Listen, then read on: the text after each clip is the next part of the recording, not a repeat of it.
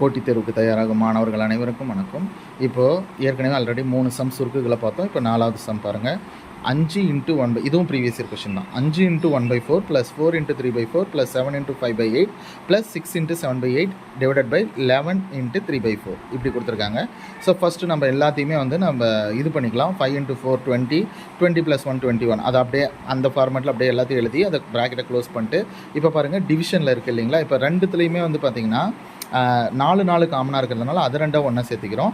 அடுத்தது 8 காமனாக இருக்கிறதுனால அதை இது ஆட் பண்ணிக்கிறோம். இப்போ பார்த்தீங்கன்னா 40/4 + 116/8 டிவைடட் பை 47/4.